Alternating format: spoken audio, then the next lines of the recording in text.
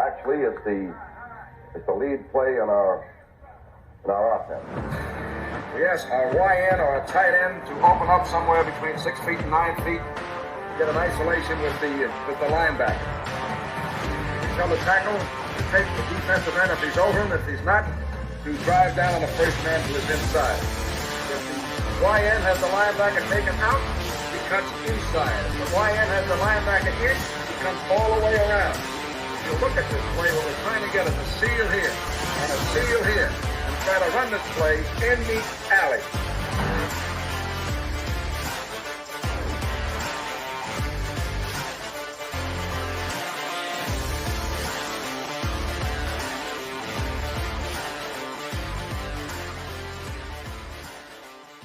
What's up, guys? Welcome into Jaire Alexander Total Access. My name is Clayton. You can check us out on Packernet.com. You can find me on Twitter at Packers_access. You can see the disgust on Tim's face right now.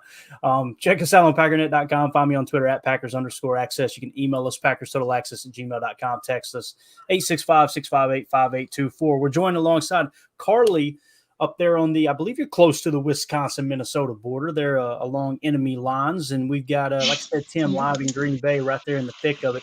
He's been out there protesting in the parking lot this evening. But Tim, what's the vibe like in Green Bay? Let's just go ahead and get it. I'm sure you just stayed home today, though, right? I sure did. Sure did. I didn't go anywhere near that facility. You know, we got to get Tim media credentials, because I'm telling you, I just need background shots of Tim in the background looking disgusted while people are trying to dig up this stuff. I got to have it in my life. I'll tell you what, just ignore the title and the video, guys. Maybe we'll get to a Vikings preview. It's funny too, because someone emailed me and complained about the very thing that I said someone was going to complain about. And I think Omer mentioned it in the chat too. Said, hey, you need to change the title of your video. I'm going to tell you right now, the best way to get me to not change the title is to try to tell me what to do. So I thought, what the heck, let's just leave it alone, just to tick that one person off. But anyway, that's just how we roll around here. Carly. Yes. I pause for dramatic effect. What's your initial take on this whole Jaire Alexander thing? Like I said, I'll kind of set the stage. What's the first thing that comes to mind when we're talking about Jaire Alexander and him being suspended today? I think he didn't really give them a choice, the way he handled it going out there, and then the way he spoke to media about it. He backed them into a corner, and they had to do something to send a message that this kind of behavior can't be tolerated. Yeah. Basically. Yeah, for sure. So here is basically how everything unfolded. Today, bang, this hit. Justin from Packernet Podcast actually shot me a text and said, you know, all it was a screen grab of Packers.com. My immediate response was, is this fake? And he went, nope, straight from Packers.com. So here was the media release. Green Bay Packers cornerback Jaire Alexander has been placed on reserve/suspended list by the club for one game for conduct detrimental to the team. General Manager Brian Gutekunst announced the transaction Wednesday. Quote, the decision to suspend a player is never easy and not one we take lightly. Unfortunately, Jaire's actions prior to the game in Carolina led us to take this step, said Gutekunst. As an organization, we have an expectation that everyone puts the team first. While we are disappointed, we had a good conversation with Jaire this morning and fully expect him to learn from this as we move forward together. We look forward to welcoming him back next week as he is a valued member of this team and will continue to be the future, okay? I want to revert back to this real quick. Just real quick, Matt Schneidman tweeted this out and said, this was a couple of days ago, this was a quote from Tucker Kraft, rookie tight end Tucker Kraft. Honestly, I don't step out on the field and do anything for me. Just try to be there and be a guy for my teammates, a guy for the coaches, and I think it's that simple. You go out there, you run every route like you're expecting to catch the ball, you block every block like you're the point of attack, and good things will happen to the team. You just owe it to yourself, owe it to your teammates to give your best effort every single snap. Whole different mindset there between a rookie tight end and a cornerback that last year basically got the bag as the highest paid corner in the league. Now, how did we get to this point? We've talked about it a lot, obviously, more than I would like to talk about. But listen, I'm not going to sit here and bury the lead. This is what people want to talk about. This is what we're going to talk about. I know people want to talk about it because that's what the chat has controlled the last 3 days, right? So we're going to hit on it one last time here now that the decision's been made, at least for 1 week.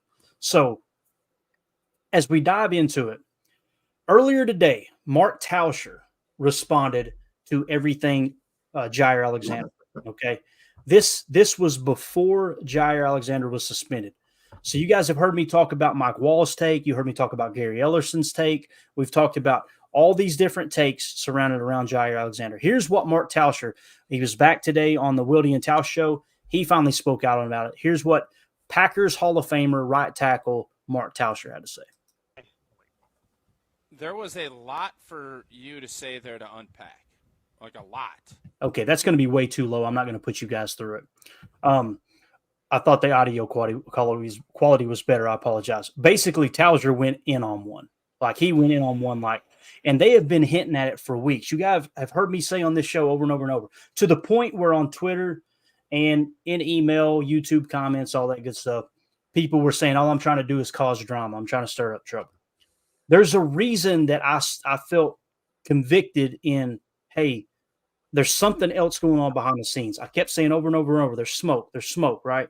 This person said this person said that. I have a source within the building that I talk to, and here's the way I approach it. I don't approach it, go, hey, you want to talk about Jaire Alexander? You want to start, let's spill the beans. I said, hey, why don't you come on the show and let's put this to bed? Like, come on the show, let's put this to bed, and let's say, okay, I'm fully expecting him to say, all it is an injury. That's all it is. And his response was, I would rather not do that.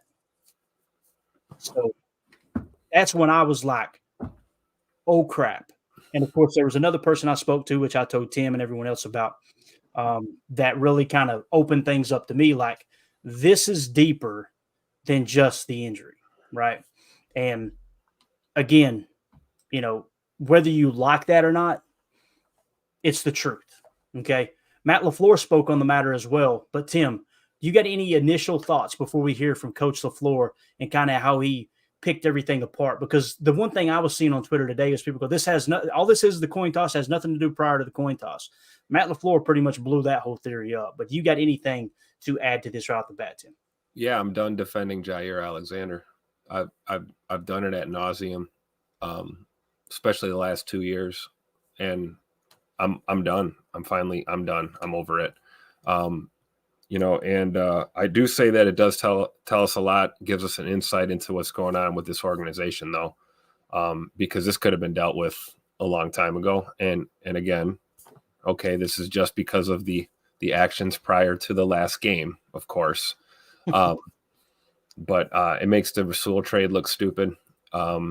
It makes our coaches look weak, especially that, let's be honest, this decision was Brian Gutekunst's decision. I fully believe that. And it took the general manager of this team stepping in to suspend this player because the coaching staff, clearly didn't have a handle on this. And it got ugly and it got to this point. So I'm not sure what the next move is, but it's sad. And the saddest thing is we're giving this player what he wants, which is attention, and talking about Jaire Alexander. And we're not talking about this season on the line, playoff implications, divisional matchup on the road, Sunday night in primetime. And it's Wednesday of a game week. And all we're talking about is Jaire. And that is the conduct that is detrimental to this team. It is not about one player. It is about, a collective and a shared vision and a shared focus and understanding. And anytime you put yourself above the team, you're putting your team at risk, period. And, I've always had a lot of respect for Jaire. I still do have a lot of respect for him. And I got to take the positive lane and believe that maybe this does create change. Maybe we see something different. But this doesn't end well, man. It doesn't look like this ends well for the Packers or for Jaire because of the mess that we're in contractually with him right now. It's going to be an ugly breakup at some point. So hold your breath, Clayton. Get ready to see some more corners get drafted, much to your dismay. So I will say this: at least we can touch on this Vikings game a little bit. Come on, Carrington Valentine. I'm waiting. I'm waiting to see it. I believe in you. Put him on JJ. Let's go. Go Pack, go. I want to talk about my team, man. That's the worst thing about all of this, man. You know, Yeah. we're talking about one guy, man, and this is not a good place to be. We're in the middle of fighting for our season here and fighting for a chance to possibly, you know, get a playoff berth, because the only thing we control is winning the next 2 ball games. And you know, I don't know. It's just disheartening. It really is. We look foolish right now as you know, in the media and as a football team right now, because, you know, so much to be optimistic about, and then we've got crap like this off and on throughout the year that we're dealing with out of a player. And yeah, it does, Clayton. It makes me really scratch my head. I do not understand why Rasul Douglas was dealt, and we're left here dealing with this, you know. And now we've got neither of them. Now we're going into the biggest game. Every game for the rest of the next couple of weeks is the biggest game of the year. So we're going into our biggest game of the year again without these guys, which were supposed to be our best two corners. Most seasoned corners. Arguably the most seasoned players on the team, which immediately people go to, we're the youngest team in the league. You know why we're the youngest team in the league? Because we got $41 million in dead cap, because our GM decided to sign Aaron Rodgers to a 3-year, $150 million deal, which I had no problem with. And then 1 year later decide, let's just deal him. Yep. Like you literally bought high, sold low, and basically forfeited the 2023 season on that move alone. And then the only little bit of leadership you had, by the way, at the time, they sold Rasul Douglas because they thought they weren't going to make the playoffs. Let's be honest about it. I just wonder, like, are we going to get anything for Ja when this is all said and done? Or is this that's the thing. You've played it. If you were to draw up a game plan and go, okay, if someone were to say a year from now you're going to have to trade Jaire Alexander, how should you handle it? It would be totally the opposite from how this has been handled. Totally the opposite. Yep. Because what he's done is he's now dropped his trade value, because teams know all he's got to do is raise stink again.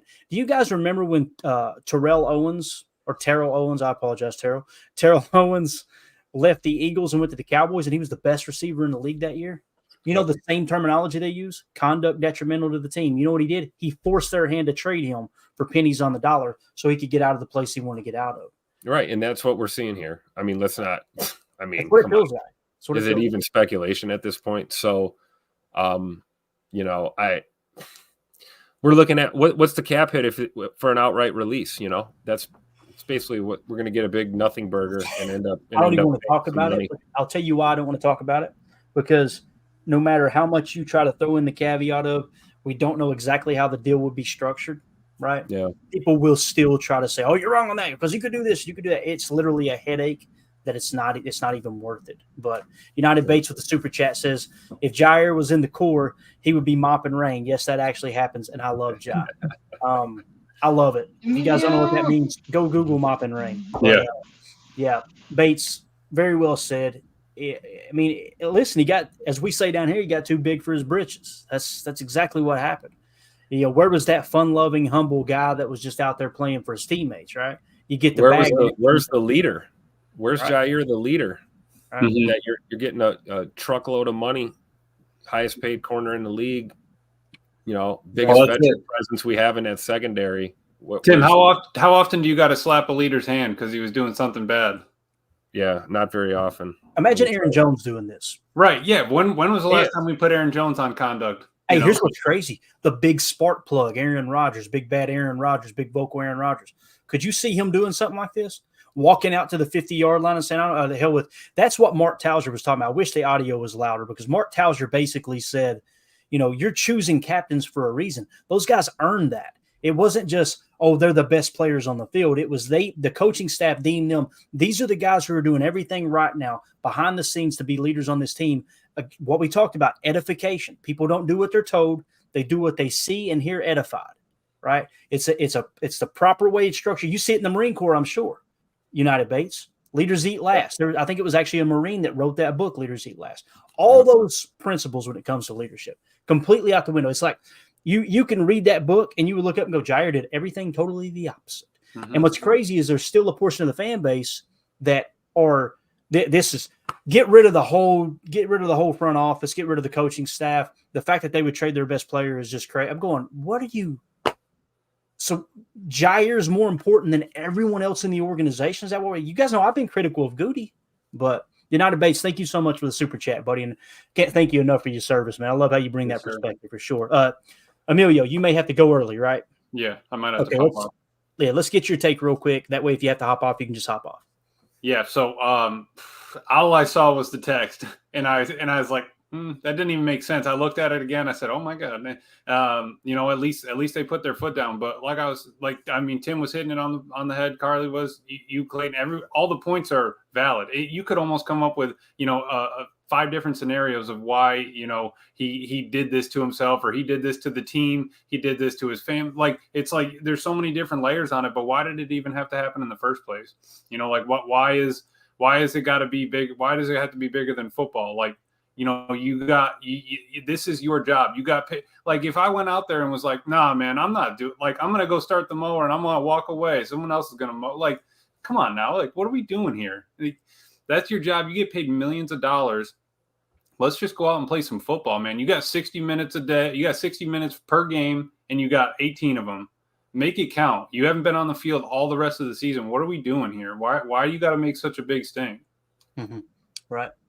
Yep. What did Pam say in the office to Michael Scott? Let me be clear. I could give a blank about your happiness. Mm-hmm. Yeah.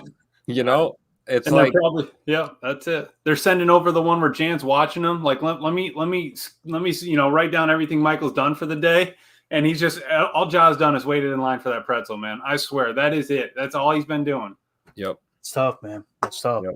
Such a good player, too, man. So here's my question. What does the 1-game suspension entail? Is he not in the facility this week? Is he with the team? Is he still working out? He's been with the team anyway. He chose not to travel in New York, right?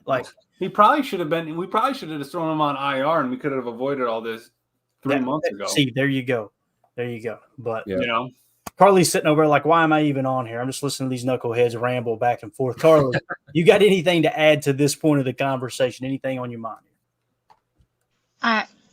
Not really. I think you guys are covering all the good points. It's just so hard to me. I'm just wondering why? I think earlier for Good Morning Lambo, or maybe it was yesterday, Tim was saying, can you imagine if he was coachable? Can you imagine if he listened and took this stuff to heart and how much of a difference it could make, what a leader he could be, and to you get all this money, you get all this fame, you get all whatever, and why the drama?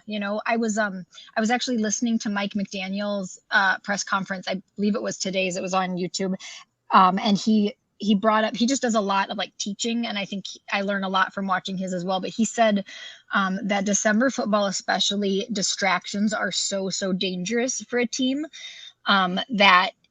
That some of the reasons we have these big game change-ups where people lose to teams they should have beat by a mile is because all these distractions are around. And if you focus on those, or if you get people that are not giving 110% to that game that is in 4 days or 3 days, you are going to have issues. And I feel like that's kind of what this is. It's a trap for us to get sucked into. It's a trap for the players. It gets the energy, low. And I just don't know why. I feel like he's sabotaging the team, and I don't understand why. Yeah, it's tough. One of the things that they heard a pod that we did either yesterday or the day before, and they tagged me in a tweet. They found the clip of Aaron Rodgers talking about Jaire Alexander last year, where they got into it. They had a little, had to have words back and forth because Jaire was speaking negative. And, you guys know, whether you believe it or not, it don't matter. Aaron Rodgers believes in words of affirmation. How you speak into existence what you want. You attract to you what you are. If you're depressed, if you're Eeyore from Winnie the Pooh, guess what? Your tail's going to fall off, and everybody's going to follow you around south. There's going to be a rain cloud over top of your head all day long, right? Mm-hmm. If you choose to look at the positive, focus on the positive, focus on, hey, here's what can happen rather than what might not happen. It's just amazing how I feel like the law of attraction is sown into the earth. That's just me personally. I'm a Christian, so I think that word goes hand in hand with that. But he was kind of jumped on Ja for that. Ja's an emotional person. Ja got burnt last year. And one of the things he came out and said in the presser after, I'm still the best corner in the league. It don't matter. There was no, I got to be better for my team. Man, there was no, I got torched, whatever. It was just no accountability, water off a duck's back. I'm good to go. hey, I'm the best corner in the league. Right. That really struck me as like, man. You know, And- Ja's attitude would work really well if he was a mixed martial artist and was fighting in the UFC and was a solo athlete. That's where I was headed, Tim. Like, emotions, key. You know, we need emotions. You need that in football. But like when I wrestled, dude, it is you and the other guy across from you. That is it. Then you got business decisions to make. You know, right now he can make a half a business decision on one play, maybe, you know, take off the next two and make one real, you know, business decision the next play. You know, how many times did that shoulder get thrown in on tackles? How many times did we wrap up on a tackle? You know, how many times has he connected both of his hands after a tackle? I don't know if I could put it on, you know, I don't know if I could pull it up on film. It's just like, dude, where's like that grind? Where's that dig, that drive that got you to where you are to being the biggest, you know, the most highest paid corner in the league? You know, where'd that go from high school, college, middle school, whatever? Yeah. Steve in the chat said, Clayton, why do you think the media is so reluctant to address the elephant in the room with regards to Joe Barry today with Matt LaFleur? Someone else said that too in the chat. I believe it was Mike Evering, I think. What's the elephant in the room? What do you mean? Everybody wants the media to ask over and over and over, why is Joe Barry still the defensive coordinator? The answer to the question, Steve and Mike, the answer to the question is they asked that question already. Yeah. And the answer was, they've asked the question. We just don't like the answer. We don't like the answer, so they think right repeating the question is going to change the answer. I'll tell you what it is. It's the, are we there yet? Are we there yet? Are we there yet? You're 2 months, 3 months away from a decision being announced on Joe Barry. He's your coordinator to the end of the season. Deal with it. Right. Read this out loud for me real quick, Emilio. Can you read that off the screen? Yeah, this all seems like a false flag operation to get the heat off of Matt and Joe. It's not working.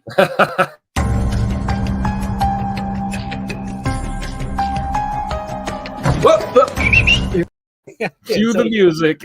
I can't breathe too much, man. I swear. Yeah, so you really think Ja would put himself in this situation to run a discretion for we'll pay you a bunch of money, but next year you're gonna like take a lot of heat in the media. This is the whole plan, and then you're gonna come back the year after, and we're gonna tear it up. It's like, come on, man, what are we doing? Yeah. Chewy, thank you for the super chat, pal. Said last year, 2 vocal players on defense were asked, what can we do better? Now those 2 are effectively no longer playing, Rasul and Alexander. And now they asking him to be less vocal. Thoughts? I don't see it that way, Chewy. What I remember is Jaire in the offseason. As a matter of fact, it was July 31st, training camp, going into the preseason, when he said, yeah, I think we were making excuses last year as a defense.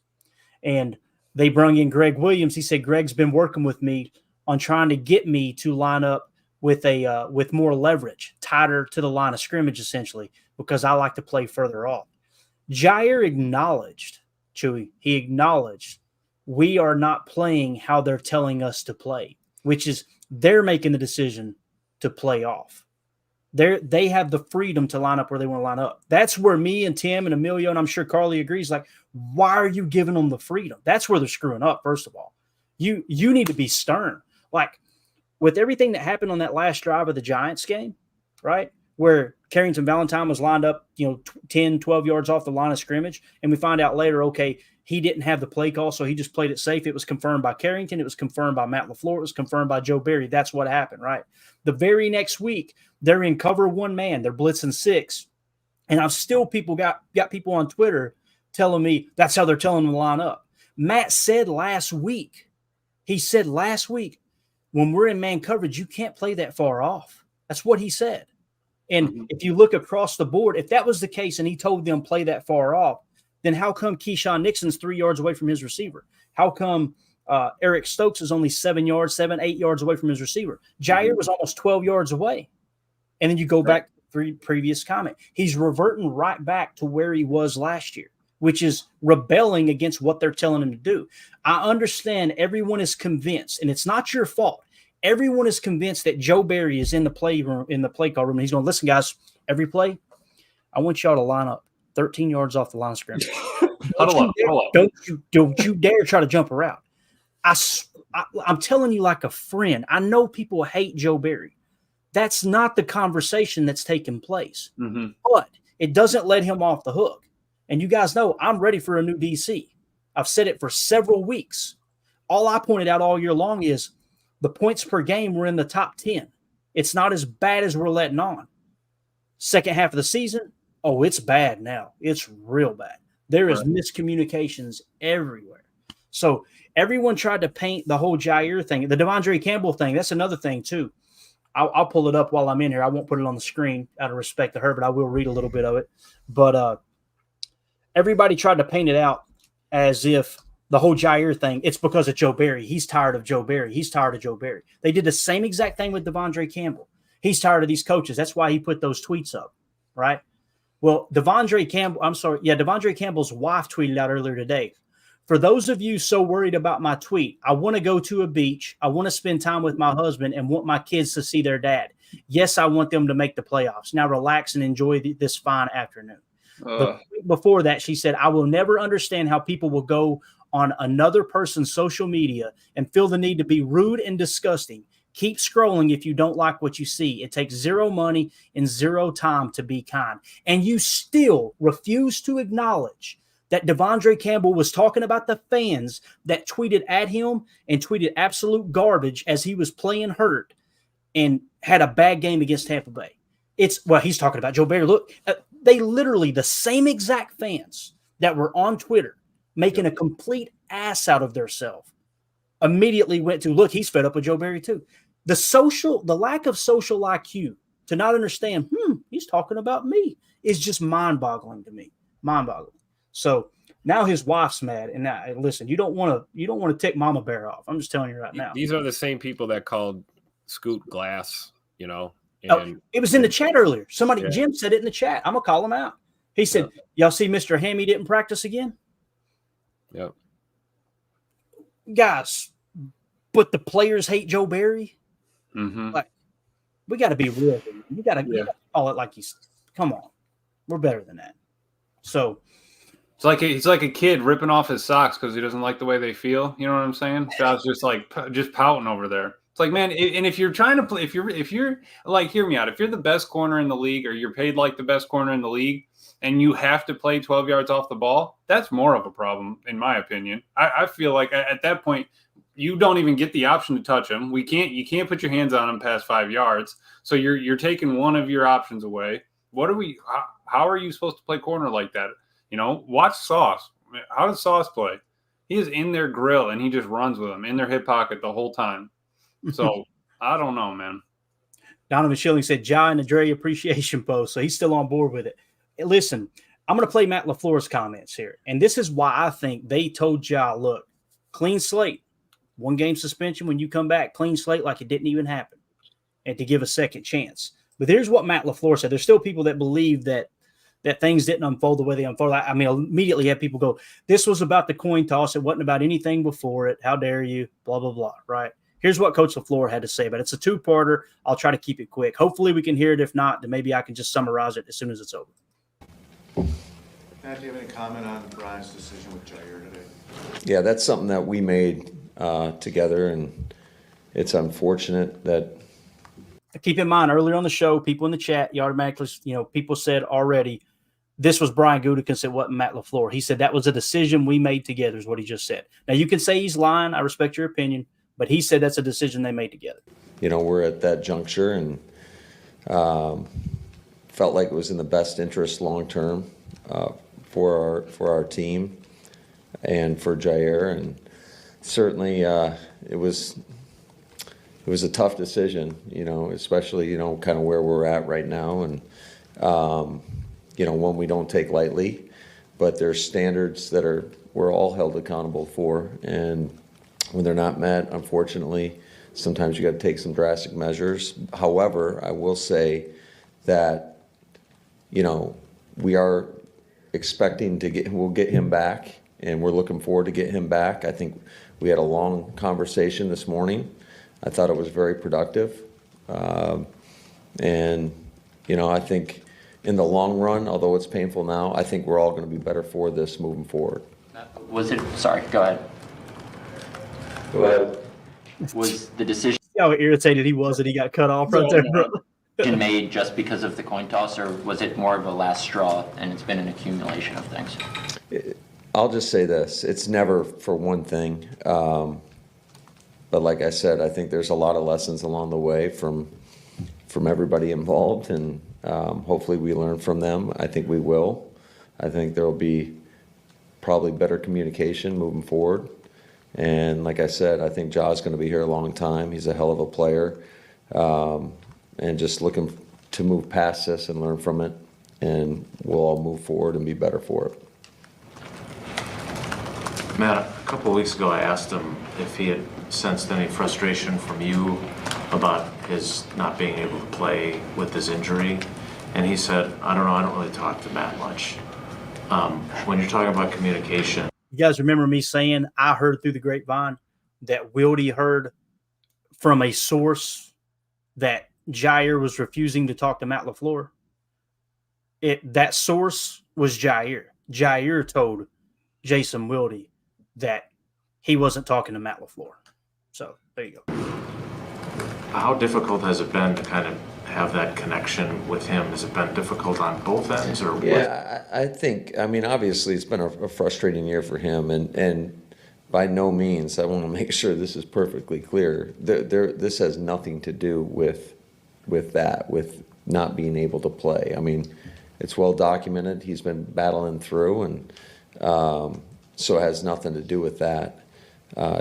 You guys remember Rob Demoski last week had a report and said there is a significant shoulder injury, but he also has issues with the organization.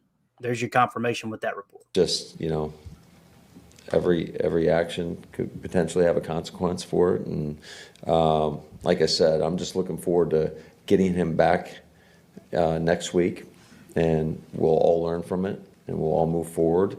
And I do think that just in terms of our ability to communicate with one another, we'll be much better. Just for fans. All right, so that was the first part.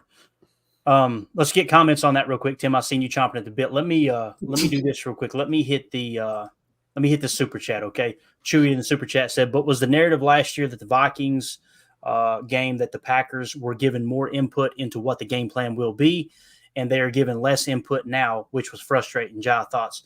I don't see that being the case. As far as the more input, I think there's been input all along. Now, whether you implement that input, that's a different story, right? I could be wrong. I'm not in the building, right? I'm just going off what I know, what I'm hearing said behind the scenes, all that stuff. And we've made some really good connections. I'll just put it that way. But I think that every game is fluid. Every week is fluid. That's why it's so frustrating when you're a tape watcher like me, and I proudly say that. I know people like to hound on the guys who watch the tape, but when you watch the tape and you see, okay, well, this week we blitzed heavy. Last week we played man coverage. This week we played man coverage too. Last week against Tampa, we played heavy zone. We played a lot of man against New York Giants. They're trying everything. And when you turn on the tape, you go blown coverage, miscommunication, missed tackle. You talk to Mike Wall. Mike, what the hell's wrong with this defense? You know what he says? I don't know what they're teaching. They're not teaching fundamentals. That's on the coaches too. I'm not trying to give anybody a pass. It's just trying to get to the bottom of what's actually – I understand it's way more difficult to take this approach than just follow the mob and go, Joe Barry bad, horrible, fire Joe Barry, we fixed everything. We got 8 first-rounders. Tim, what were you going to say? I'm sorry. We got to get Carly. I'm just wondering what LaFleur is referring to when he says it's never just one thing. Bingo. And then proceeds to tell us that this is about the Carolina game. So again, leaving us to do what? Read that however we can, I guess. Mm-hmm. And as far as the input thing goes, I mean, I think any well-coached team is going to take input from their players. And I don't care if you're the last guy on the depth chart in your position group. If we're in the film room and you see something, right? See it, you got to say it. That's what input is. Every player has the ability to provide input. The coaches are the ones who make decisions. So are we talking about input, or are we talking about we think these players should be making decisions? Because I'll tell you right now, they've had the freedom to line up wherever they want, and we see how that's worked out. So, it's a delicate. That's a great point, Tim. I think that goes along with the input. Yeah. Yeah, it's a delicate balance because, you have to your players. It's not the military, right? it's not. This is the NFL. This is the new NFL. The old days are gone. You get the grizzled old coach screaming at the guys and expecting them to do their jobs. This game doesn't operate that way anymore. At least it's not trending that way. And, players are more intelligent now than they've ever been, I think. There's more metrics. There's more information. There's more opportunities to study film. There's more ways to study film, including 22 different angles we can look at that film. So, input, players need to know that their input is being received, put it that way. You can take input as a coach and then not go with it, and that's okay. As long as that player feels like he's not being dismissed and his input is being taken seriously, I don't think there should be an issue. But when it comes down to, a player making a decision about what we should run, I think, you get in dangerous ground there. And when you're talking about being a player-led team and you see what we've seen these last, 3 to 4 weeks on defense here, where it's like, we're just trying any and everything. Maybe it's, I know this is unpopular, but maybe Joe Barry is listening to too many people. Maybe there's too many cooks in the kitchen. He's not even running his scheme. Right. Exactly. And so again, here come the defending Joe Barry tweets or whatever, but that's not the case at all. Like I said at the top, all of this points to, we're not talking about this matchup and this team in the most vital game in prime time of the year coming up here on Sunday night. We're talking about freaking player personnel issues and communication. This sounds like a freaking preseason conversation right now. And this is bad. And Mike McDaniel's absolutely correct, dude. You cannot have this crap in December and January with your team. It will destroy any momentum you may have going for yourself. This is not a good look. That's it. And I'm hoping these other players on this team step up and make some plays this weekend. And hopefully we get a dub and we're past this. And yeah, hopefully there's a lot of truth to the vibe in that locker room from the staff. I do believe Matt LaFleur when he says, "Hey, Ja's going to be here. This is the understanding that you're gonna sit out this game. We can't have this kind of conduct. And when you get back, and we get ready for the Bears. And all is forgotten. And hey." Like I said, I'm not going to defend Jaire anymore, but I'm also going to give him the opportunity to get right when it comes to this. And there's an opportunity here for this to humble this young man at this point in his career.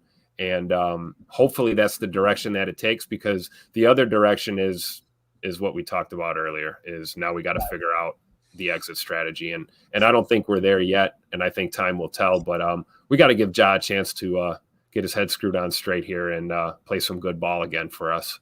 Yeah, Chewy, thank you for the super chat, buddy. He said, yeah, that makes sense. Appreciate the combo. Appreciate your kindness, man. You don't have to do that. Please don't think that we take that lightly. Also, Brent in Indiana, thank you for the super chat. Says, great show, guys. Appreciate you supporting the stream, buddy. Brandy said something here real quick I want to hit on. She said, week 17 communication issues, ... Come on. Brandy, it's all over the tape. Now, if you're saying come on like it shouldn't be happening in week 17, amen, sister. Amen. But if you're saying, my guess is that's where she's coming from. Yeah, that's what she's saying. She's saying that the guys should have gotten it together already. Like, this isn't cool. Absolutely, yeah. Because the reason I say that, I was wanting to clear it up because there's some people that go, there's no communication issues. This is just Joe Barry. This is Joe Barry's, defense. He's got them playing too soft. And you've got former NFL players breaking down the tape going, look, Devondre is screaming across the formation at Quay. Rudy Ford's throwing a temper tantrum. Looked like me when Mandy asked me to take out the trash. He's back there screaming like, I don't want to do it. What are we doing? What are we, has no clue what's going on, with the other members of the defense. So he just bails out. Carrington Valentine didn't get the call across. There's miscommunication everywhere. It's cue the circus music is what it is on defense right now. That's why it's so hard for me to even talk about it, because when you talk about it, if you say anything other than fire Joe Barry, all you're doing is making excuses. It's like, I have no interest. I want everyone to understand this. I have no interest in following the mob. Okay. No interest. It's just, that's how I've never been. I'm never going to be that way. I'm not going to agree with something just because the masses agree with it. I'm going to logically sit back and go, what's the tape show? What's the coach saying? What's the player saying? What's his former NFL players say? Okay, God, what's a player in the 90s think about the situation currently? I'm getting all these different, you know what I mean? Different. And I'm going to listen to insiders who are in the building. Paul Brettel brings just this approach of, hey, guys, here's just let's get straight to the point. Here's what the game's about. I love that. I love that Wildy digs. You know what I mean? I love that he digs a little bit. In the past, I couldn't stand him. I've got a lot of respect for him. I said it earlier. I have bashed Wildy. I bashed Tyler Dunn. I bashed Bob McGinn. I've been guilty as anyone. They are batting 1,000 the last 24 months. Everything they've reported on has hit home. That they've been like, I'm just saying, pay attention to this. Matt Schneidman was another one. Let's play this two-parter. Well, let's do this. Emilio, you got anything to add to what we've covered so far? As Smug Industry says, really hope we can salvage this. Took us forever to find Jaire. Completely agree with that. I mean, he's a star when he's on. There's no doubt about it. Well, that's it. I'm hoping it's, he got in trouble in class. The teacher couldn't deal with it. Teacher tried to put him in timeout, didn't work. So then we had to get him ISS. So he got out of school for a day. So hopefully he comes back with a new attitude. But again, you got 1 week after this that he has to change his attitude completely. Like if we're already off the rails now, he has to do a 180 by Monday, be ready to work. All right. So that's one issue, I guess, that we need to look at is how fast is he going to flip that around? And then the other one is like Mike Wall said, and Tim was saying there, you see it on the tape, even if the player says something, hey, power right, when we're pulling both of them, that's never going to work against this team. Coach still going to call it, coach will still put it on the field. If it's part of the scheme, part of the game plan, we're going to run it. The problem is they're having too much freedom. Nobody wraps up.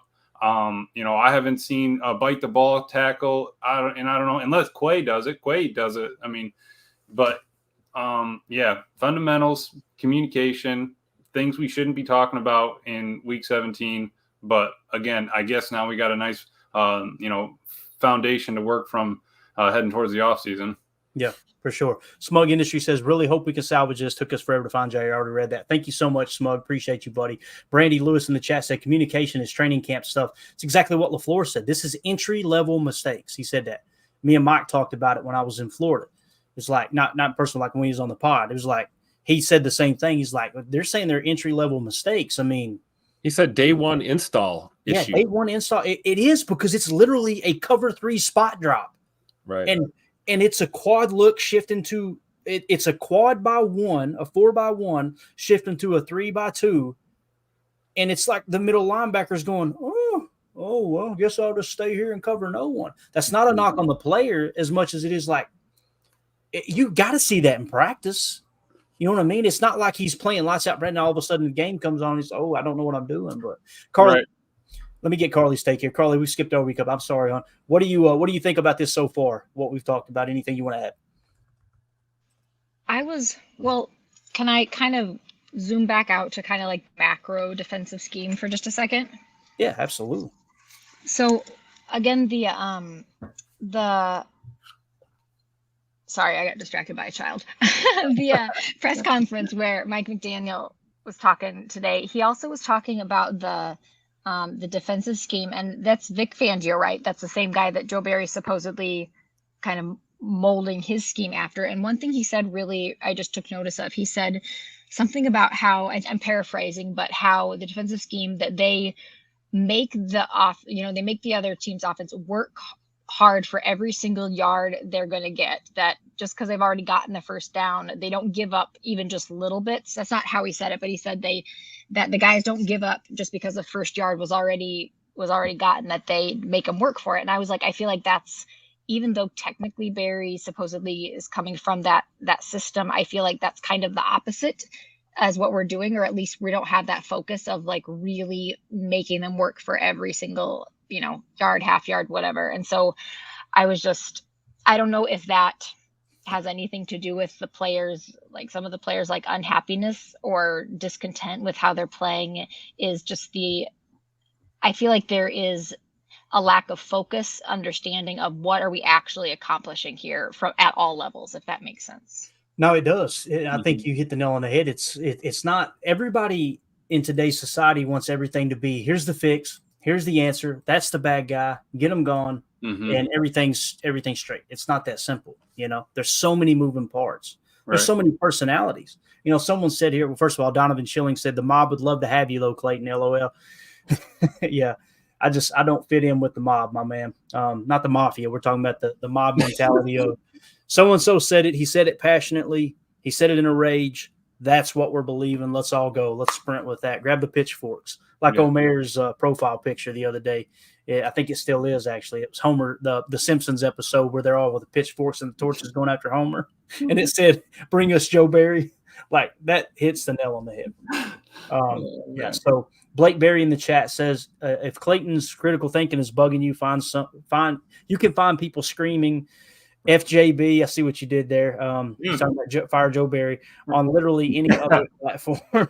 So we got you, Blake. We understand. No, but to that point about focus, I mean, we are 45 and a half minutes into this, and we haven't even talked about the Vikings game, like Tim and Clayton and Carly have all said. So talk about knocking the team off focus right now, middle of the week. Right. And this is install day. And there will be people say, you need to talk about the game. Look at the chat. This is what people want to talk about. You know what I mean? Mm-hmm. So I'm not going to, not that you're saying to me, I'm not going to give in. I said, the direction. No, I'm just saying that's the problem, man. Like, absolutely. Yeah. This is what blows up, man. It's not, all right, we're not ready for the Vikings. No, we're ready to see what's going to happen with Jaire in 3 hours. Is he going to show up to practice tomorrow? What's he going to post on Instagram? Right. Is he? And that's another thing, too. Someone in the chat said you see that his teammates are supporting him on Instagram. They're liking his Instagram posts or whatever. I think that that's a show of solidarity. Like, okay, look, Coach LaFleur spoke. Goody put out a statement. Hey, the decision was made. We're looking forward to having him on the team. And I think that's his teammates like Aaron Jones. If you think for a second that Aaron Jones is, and not that you are in the chat, but if you think for a second Aaron Jones is liking his Instagram posts because he's rebelling against Matt LaFleur, then you don't understand Matt LaFleur and Aaron Jones's coach-player relationship. They're as close as they come. They're as close as they come. What are you going to say, Tim? You were muted. You don't understand team dynamics either. Aaron Jones is going to like his teammates' posts 365 days a year. You guys are reading into nothingness. And honestly, this is – are we in the NFL or high school? Like, honestly, this doesn't – it's the same thing with, Ja had looks like he scrubbed some pictures from his Instagram. Like, go ahead. The soap opera continues. If that's what you're into, that's cool. I'm interested in football, and this is a distraction. A lot of this comes with the territory nowadays. But guys, teammates are they playfully rib each other on Instagram and Twitter all the time. I mean, you think of just look at some of Bakhtiari and Aaron Rodgers' interactions over social media over the last few years. These guys are not taking that stuff as seriously as a lot of us fans are. And I think a lot of us fans are you guys are reading way too much into a lot of this stuff. And at the end of the day, the only thing that matters is what happens on the field. And that's the issue, the real big issue. What's funny is, are we going to talk about the fact that, when Ja is out there, he hasn't been playing well? That's the thing. That's the big story. We talked about that a lot. And Dennis, right here, guys, he hasn't been a star in almost 3 years. Whether people want to admit that or not, that is a fact. That's a fact. Since the Pittsburgh game where he hurt his shoulder the first time, he has not been the same player. Yep. And I think that the decision to finally, I say that not lightly, finally put your foot down as an organization and say enough. Enough. You're suspended. That sets a tone in that young locker room. That's a statement to your team right there. We don't care if you're the highest paid corner in the NFL. If you're that dude on this team, if you're detrimental to what we're trying to do here, you're going to sit. Like I said, there's two ways this could go. I'm hoping it goes the positive way. I'm hoping we're not going to see a brand new Jaire. Jaire is going to be Jaire, and we all should want him to be Jaire. But what he's got to do is he's got to put the team first. And that's all you're asking the guy to do. Can he do that in 4 days? Can you put the team before yourself? That's what we're going to see here after this. Yeah. Can he do that in 3 days? Is the question. Can he put the team before himself in 3 days if he hasn't done it for 17 weeks? Right. Great question. Number one Packer fan said, "I'm back, y'all. What's up, squad? Hey, we fixed it. Number one Packer fan, we got it, man. Jaire will be back tomorrow. We got it straightened out, bro. That's all you missed. All right. Yep. Let's see here. Bruce Skinner in the chat said, "Let's go, Brandon." I agree, man. We need to get Brandon Bostic back in Lambeau. Like, you know what I mean?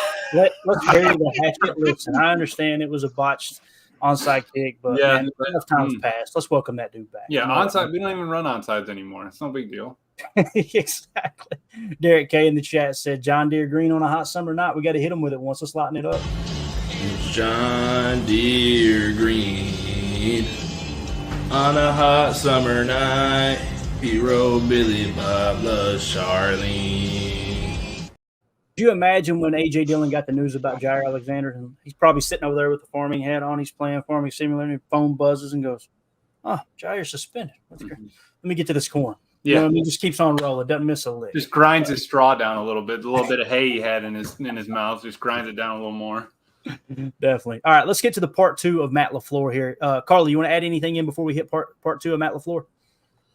Nope, I got some thoughts on the Vikings, but I think I'm about done with this stuff. That's why we keep Carly right here. She's got us on track, man. We are so off track. All right, last little thing. We're going to wrap this up real quick. I won't hit the McAfee video.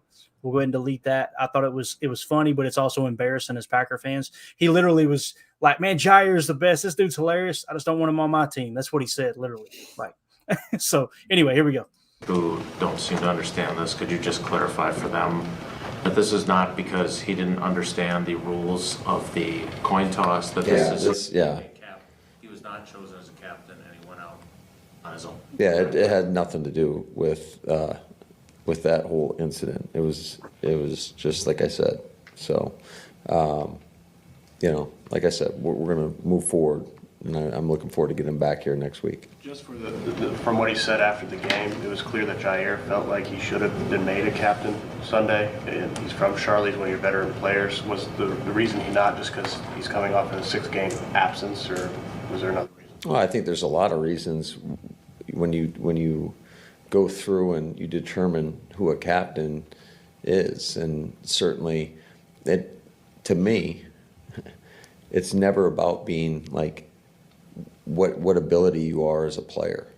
That has nothing to do with it. It has everything to do with how you treat the team, how you show up and prepare on a daily basis. And I'm not saying that he was bad in that regard. That it's not about him. I'm just saying what the thought process and what entails the ability to be a captain, and it's something that we rotate around in terms of who's a captain. And certainly, when a guy has been in and out, it's hard to anoint them a captain for a game when you're not sure if they're going to be available or not. And but yeah, that's pretty much how we decide on a game by game basis, and we do it differently every year. In regards to in past years, we've voted for captains, and this year we took a different approach to try to allow everybody to kind of have a voice when given that opportunity, and empower those people when given those opportunities. And like I said, we rotate a lot of guys through. You guys tried other things like fines with Jaire before this? I'm not going to get into any more of the specifics. I've addressed it, and right now I would love to answer any questions you guys have on the Minnesota Vikings. There it is.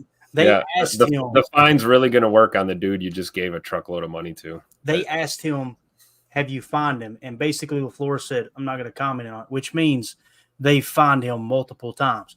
Go all the way back. Yep. What did he say? I'm tired of being scolded for things I say to you guys in the media. Guarantee you got fined right there. He just didn't get out of the building. So, with that being said, Carly, Minnesota Vikings, you've wasted all this time on this trash, and I've been talking about the Vikings the whole time. United Base, thank you for the super chase. I appreciate y'all, and a special thank you to the chat. Go Pack Go. Thank you for your kindness, buddy. We appreciate you. And Chewy says, here, $5 back. Go Pack Go. Appreciate you, Chewy. You two are awesome, man. Carly, what do you when you wanted to bring up the Vikings? What's the first thing that comes to mind? There's got to be something like at the forefront of your mind here. What is it? Well, their QB situation right now was like not even having declared yet who they're starting. But actually, I think that is going to play in our favor, because I think when Joe Barry gets all worked up about making a scheme, fitting it to one particular QB and one particular setup, I feel like he loses the, forest for the trees, or just really I mean, football is a very kind of simple game in that you get the ball to the end zone. There's only a certain number of ways you can do it, and there's a certain number of ways you can stop that. So if he focuses on getting the guys to play good football instead of stopping a one person, I think it'll end up being a better game. I hope so. Yeah, that's a great point. You know, because I've heard other people take the opposite approach and saying we don't know which quarterback to prepare for. We haven't been preparing pretty well for quarterbacks here lately. So maybe this is going to play a positive for us, Tim. I think maybe they've been preparing to make them look better than they are. There you go. Blake Berry says Armageddon 2, Return of the Pastronaut, talking about Josh Dobbs. Oh, man. So Jim comes in here and sprinkles a little positive on us. It doesn't matter who the quarterback for the Vikings plays. All right. Appreciate you, Jim. Wah, wah. Tim, what do you think, man? Who do you think the quarterback will be? Thoughts on they're that? going to trot Mullins out there again. Think it'd be Mullins? That's what my gut's telling me. But, you know, Carly's right. You know, you got to be careful. It's tough. Like, you know, when you're going up against Patrick Mahomes, right, you know, you're going to scheme your game plan against a guy like that. But when you get some of these teams where it's like you got the unknown, or you've got, you know, we just had a first-year starter last week, you know, musical chairs of quarterbacks here in Minnesota. You know, thank you, Rashawn Gary, for creating that mess in Minnesota. But, you know, I don't think you can put too much emphasis on that matchup, but you also can't ignore it. And you've got to account and do your best to kind of do a scout on both of these guys right now. You know, I think we've got enough film on Dobbs for sure at this point. And, you know, we certainly got enough of a saturation of Mullins to go on for this week. But I'd be looking at Minnesota running the ball. To be honest, I think they're going to attack us with the run game and try to get Justin Jefferson going off of that, regardless of who's out there throwing the passes. But, you know, we got enough issues that we got to shore up on our own to just get this team out there to get ready to play ball. You know, I mean, we spent all this time talking about a coin toss. Like that was the thing that was so telling to me is like, man, like it was such a big deal to you about that coin toss and about being captain and in your hometown. It's like, well, what about playing the game, bro? Like you forgot about the game that you were supposed to play and you got absolutely lit up. So I think we need to make sure all our heads are on straight as a defense and as a team going into this tough environment in Minneapolis here to try and get a win on the road. Again, divisional game, playing for your season. Everything is on the line. It's all on stake or at stake. Primetime game, Sunday night ball. This is huge, guys. So, you know, I don't know. I'd like to say it doesn't matter who the quarterback is because, I mean, it does. But I think we need to be prepared for any and everything here on Sunday. This looks like a kitchen sink type of game that we could be in for. Yeah, I can see it, man. Listen, every single week it's a boring answer, but it's so true. A game in the NFL, most of the time, a large majority of the time, is decided 3 plays or less, right? When I do chalk talk, I have a hard time coming up with less than 15 plays, and I go, that played a role, that played a role. But if you really go down to it, like, that should have been a blowout win on Sunday. I'll tell you what happened. Jaire Alexander happened. On that 3rd and 12, where he decided to play 10 yards off the ball, cover one man, didn't clamp down at all, and just literally let the guy have the first down. If that doesn't happen, I'm telling you right now, they punt there and we win by 2 scores and nobody's dogging this defense. All of a sudden it's okay. Carolina's a bad team, but we played a little better. I want to see them come out in Minnesota and shut everybody up. We talked about this over and over and over. Mark Tauscher talked about it on Wildy and Tausch. I played the soundbite right here on this show. Tauscher said, are we concerned that when Jaire and these guys, Jaire and Savage, get healthy, that this defense might get worse? What the heck happened? It got worse. This defense was playing solid. The young secondary was out. You guys heard me. I'm going, man, Goody put it together. Holy cow. This worked. And then all of a sudden, Jaire starts kicking and screaming. You bring Savage back. He's hot booty. It's just all the way across the board, man. I hate to say we called it, but we called that one. It sucks. Yeah. Wish we'd have been wrong on that one. But it was concerning for sure. But Derek K in the chat says our defense needs to have a game. Absolutely, completely agree. So, Carly, I think what you're saying too about the quarterbacks, it's going to be very interesting. Nick Mullins is a turnover machine. I mean, he is. He's got some talent. you could tell that the people in the Shanahan tree, the coaches in the Shanahan tree, really like to take him where they go because he knows the system. He's got some arm talent, but man, he just has no situational awareness. There's going to be opportunities to get turnovers there on Sunday night, and all this is going to be on the big stage. If you guys don't like the Jaire Alexander talk, please don't tune into Football Night in America, okay? Because it is going to be there plenty. But Dude, can you imagine those production meetings, man? They are chomping at the bit for this. How are they going to stay on track? I mean, that's all we're going to hear about for the next 4 days. Is we're not even going to know who we're playing. People are going to think we're playing the Bears this week, and it's just going to be like, no. Who's Ja playing? What's Ja doing? It's like unbelievable, man. John's coming over to my house to watch the game on Sunday. Yeah, Tim, invite him over. Keep him until we know where he is. We'll keep him just locked in a bubble for a little while. That McAfee clip was hilarious. And hearing J.J. Watt, first ballot Hall of Famer, we all agree he's going to be a first ballot Hall of Famer. Yeah. Him talking about, he was blown away. He was like, this is unbelievable.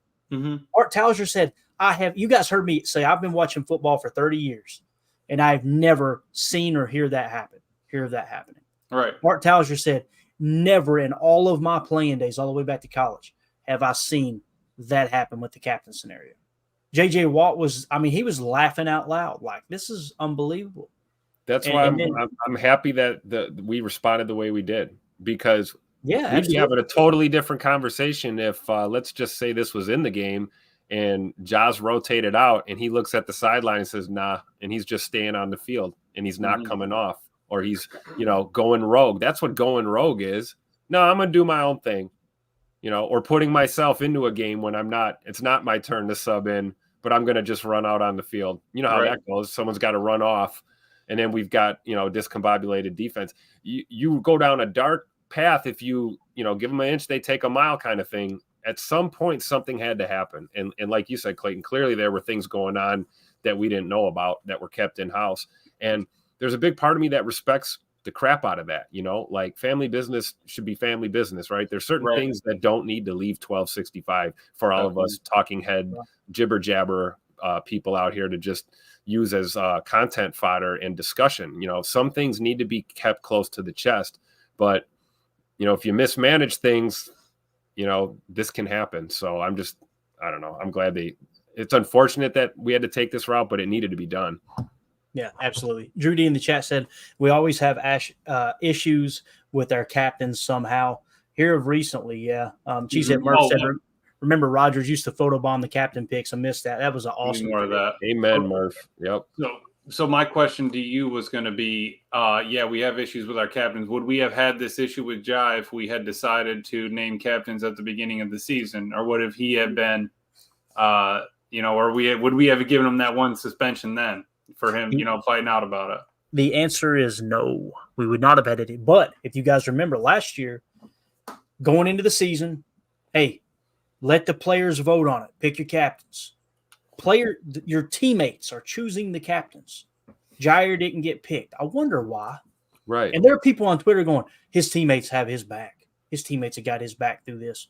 They're all rebelling against the coaching staff. It's like, have you been in a locker room? Do you feel it? Like, it's like, I'm telling you, you feel it when a dude's a leader. It's not even like something that you have to, if you got to say you're the leader, if you got to sit there and walk around and, march, I'm the leader. I'm leading the crew. It's my defense. It's my secondary. That's a problem. It's a team, you're only as good as the weakest link. Right. Right then that was Ja. Right. We're going to wrap it up with this Matt Schneiden video. You guys know I shared it the other day. I was convinced this was roughly a week ago. All this was going on behind the scenes. I didn't know there was a fine until today when I heard Matt LaFleur say it. I went, oh, okay, so they did fine him. But you could hear the rumblings behind the scenes, just putting the pieces together. Matt Schneiden said this. I'm just going to be a real quick clip. This is what he said roughly a week ago. Said on multiple other shows on this station. People were wondering why I wrote just a fact of the matter, here are the facts story after he didn't travel to the Giants game. And Matt LaFleur said it was strictly because they wanted him to recover from his injury a certain way. I'll say what I said on Mike Heller's show. I'll say what I said on 9 to Noon. There's a reason I wrote that story. Just maybe bookmark that one. It's been a good Monday. So you guys can open up that bookmark now and hey, listen, respect to Matt Schneidman. Matt Schneidman nailed it. Wildy nailed it. I don't want cookie cutter BS. I don't want tell me what I want to hear as a Packer fan. I want to know what's going on as much as possible. That's me personally. If other people want to fan different, it's totally cool. We can agree to disagree. I respect the fact that they put their neck out there and they talked about it constantly. And here it is. So it is what it is. But all right, let's wrap this thing up. We're at the hour 5-minute mark. Carly, I'm glad you got to jump on here with us. Parting thoughts. Let's start with you. Anything else you want to hit on before we go? Tomorrow we will be doing an extensive deep dive Packers Vikings PFF preview. We're going to try to do chalk talk tomorrow night. If I can get back and get that put together, we'll do that during the time slot, 7 Central, 8 Eastern. But Carly, parting thoughts. Nope. I want us to make the playoffs, but I just hate talking about making the playoffs. I just want it to happen. So I'm really excited for these next 2 games. I hear that. I like this. Blake Berry says, respectfully, Matt, I ain't buying no athletic subscription. I don't have one either, although it's like $1. I think they said it's $1 is what it costs. I'm just like, I don't know. It does crack me up. Not that Matt did this, but other people, other media members got upset about having to pay for Twitter for certain perks. And in the meantime, they're posting the links to, hey, pay to get past our firewall to read our article. It cracked me up, dude. I was just like, what are we doing here? What are we doing? But, yeah, Donovan says Clayton for DC. Boy, you want to see this defense go down the tank. Put me in hell. Oh, my God. We'll be ranked 42nd of 32 teams somehow, some way. That would happen. All right. Tim, parting thoughts, buddy. Go Pack, go. I love my team. There's no one player bigger than our team. Hopefully this gets things right, and these guys can focus here moving forward. Still love Jaire. Always have, always will. Just be a better teammate, man. And get it done. Get it done on the field, man, where it counts. You know, like you always say, Clayton, winning cures everything. You know, if this team can rally together, find a way to get it done against a banged up Minnesota Vikings team, keep your season alive, get Jaire back, go home and curb stomp the Bears. That's what we want to see happen. So go Pack, go. That's my closing thoughts. Heck yeah. Blake Berry says Tim's a good man. And then he said under his breath, unlike Clayton. Go ahead, Emilio. What do you got, buddy? Tim hit it, man. Carly hit it. Packers are our team. That's why we're here. That's why everyone's in the chat. That's why we listen to it. That's why we talk about it. I mean, I still love Ja. He was, good guy, good player, not bad decision. As long as it doesn't take him down down the slide, I think that we're good. If he's at the top of the clubhouse, he made a couple bad decisions. All right, you didn't get knocked off. Cool. Let's keep it rolling. The bigger picture is what's important. It's what's inside that stadium. Those 4 silver trophies, that named after our coach. So I don't know why, we're trying to chase and fight all this little stuff, all the day-to-day ticky-tack stuff that, Twitter creates is just a toilet bowl that Aaron Rodgers couldn't even take you there. So Rodgers, who the only place he's going to take you to is the toilet bowl, and then you got Brett Favre, who will take you to the Super Bowl. Yeah, I hear you. I'm just saying we're not going to talk about it. Yeah, I hear you, bro. That aged like milk on a Mississippi asphalt, bro. Mm-hmm. That is. Whoo. Well, let's close out these last 2 games and let's just finish the season. Let's figure out what's going to be our win-loss column and let's move forward, man. Let's stop looking in that rear view all the time. Absolutely, man. Hey, we're going to learn more about this team. We talked about it all year long. Jordan Love right now, boys. Jordan Love cooking. He is cooking. And that's something to hang our hat on, right? We can get this defense in line. Just earlier in the year, we're going, hey, look, man, we said on this show over and over and over, top 15 defense. I mean, there was years we begged for that. Top 5 scoring defense at the time. Since then, crash and burn. If you can just get it sustained just for a touch, right?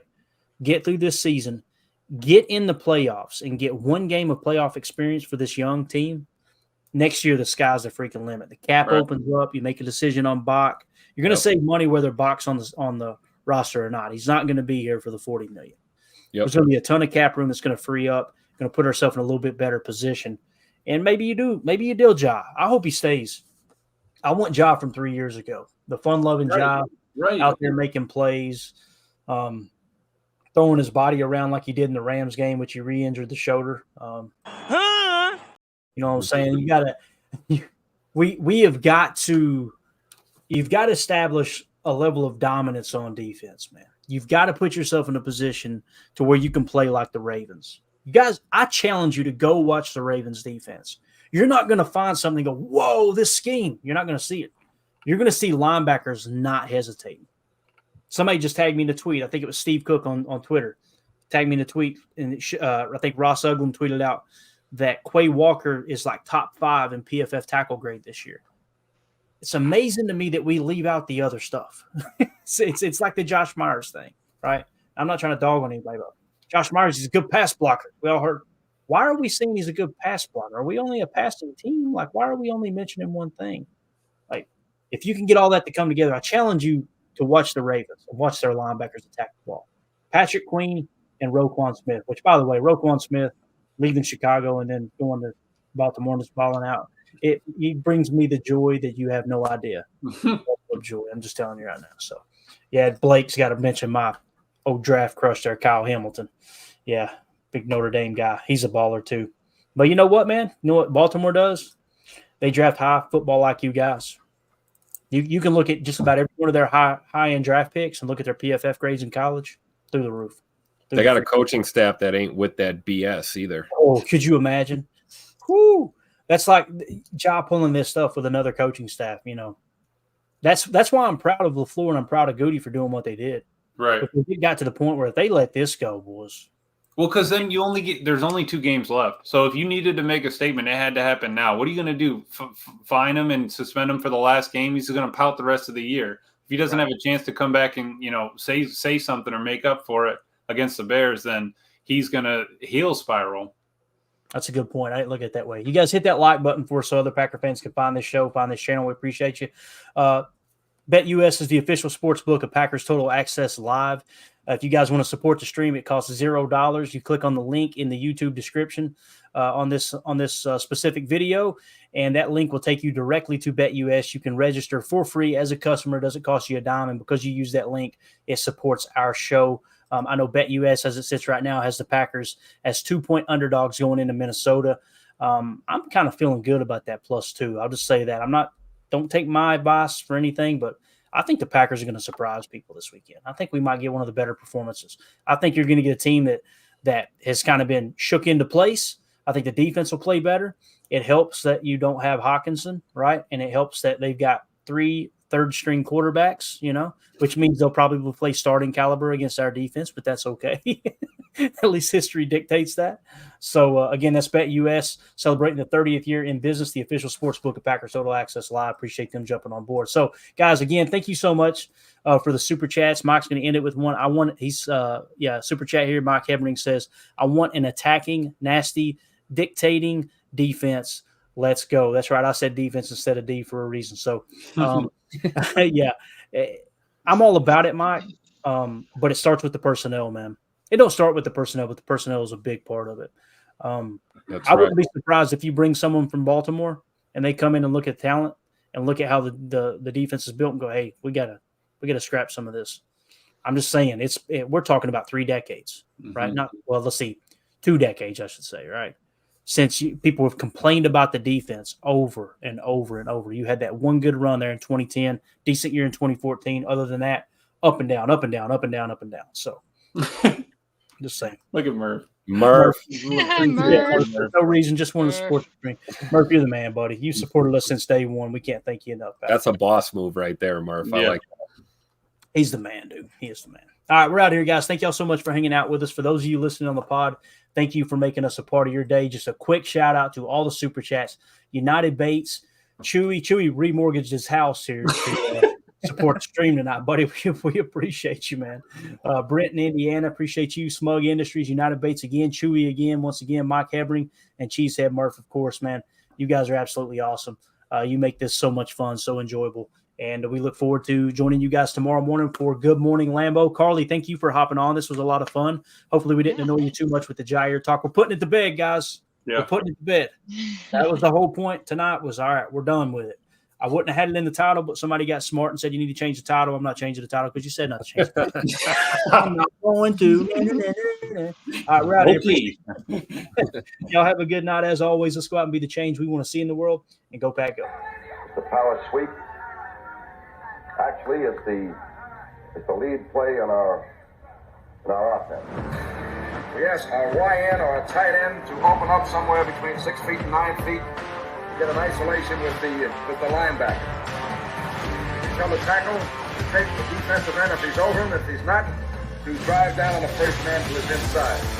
If the YN has the linebacker taken out, he cuts inside. If the YN has the linebacker in, he comes all the way around.